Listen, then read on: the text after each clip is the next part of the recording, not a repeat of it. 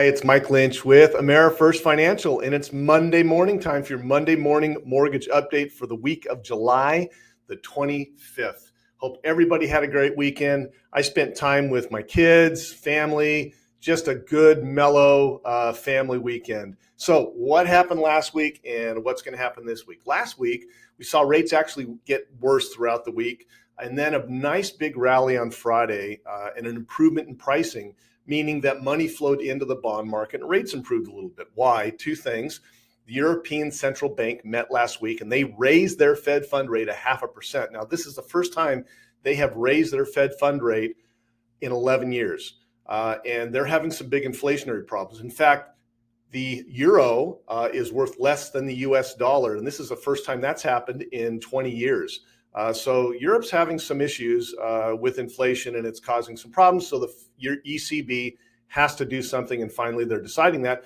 That means that the economy is not doing well, and that is good for pricing, good for mortgage rates. Remember, when the economy is doing well, rates actually go up. When the economy is not doing well, rates are going down. We're a global economy now, so what they do over in Europe impacts us as well. The second thing is some manufacturing numbers came out that showed that the economy is shrinking a little bit, and that caused those rates to improve. So let's look at the chart. I've shown you this before. This is a trading of mortgage-backed securities in the bond market. These are candlesticks. Every one of these little bars here represents one day of trading. This is a live report, and you can see that we had rates peak on June 14th, and there was an improvement to rates. They kind of rallied a little bit. They then hit their low on July 5th, and then we lost a lot of that pricing. And then you can see on the 21st and the 22nd where that rally was last week. So just kind of give you a visual of that. Let's talk about the three things that are impacting rates this week, and that is the Fed week. Fed's meeting, are they going to raise rates? Recessionary watch and data dump. A lot of data coming out that could affect rates. So let's talk about the Fed. Fed's having their Fed meeting this week. Starts tomorrow, ends Wednesday. The Fed chair will come out and tell everybody what they've decided. Expectation is they're going to raise the Fed fund rate 0.75 of a point. Some people want it 1 percentage point. Now, this is good for pricing, and the bond traders have already baked in this expected rise into our mortgage rates. So we don't expect much of a change because they're going to do this. Why is it good for pricing? The Fed ignored inflation last year. They really did. They didn't think it was an issue, and inflation is really bad for mortgage rates. As inflation goes up, those mortgage rates go up as well. And so the primary way that the Fed can fight inflation, I've talked about this many times, is to raise the Fed fund rate.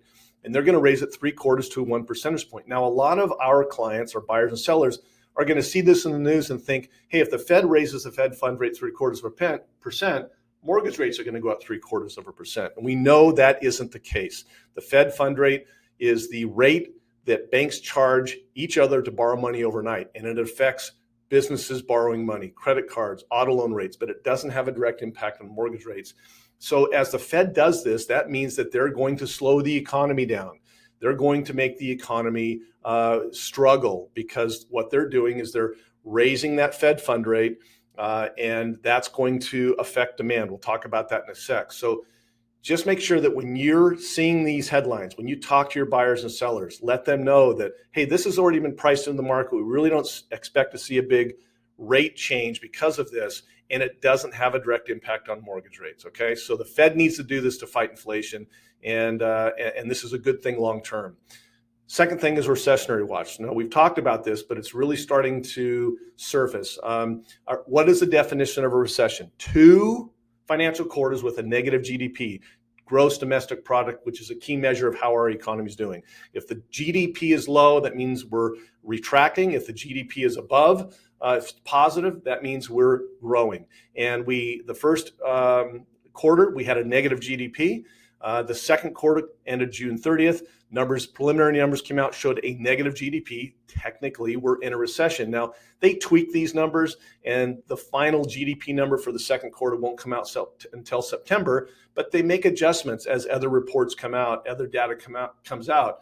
Now, an interesting thing's happening right now is the Biden administration is trying to redefine a recession. They're trying to say that, well, if the numbers come out negative, it's really not a recession. They're blaming supply chains and things like that, which might have some validity, but you can't redefine a recession. It's two financial quarters with a negative GDP. You can't call a goat a dog. It is what it is. So keep in mind, a lot of headlines, a lot of misinformation, and we really have to look at the forest through the trees.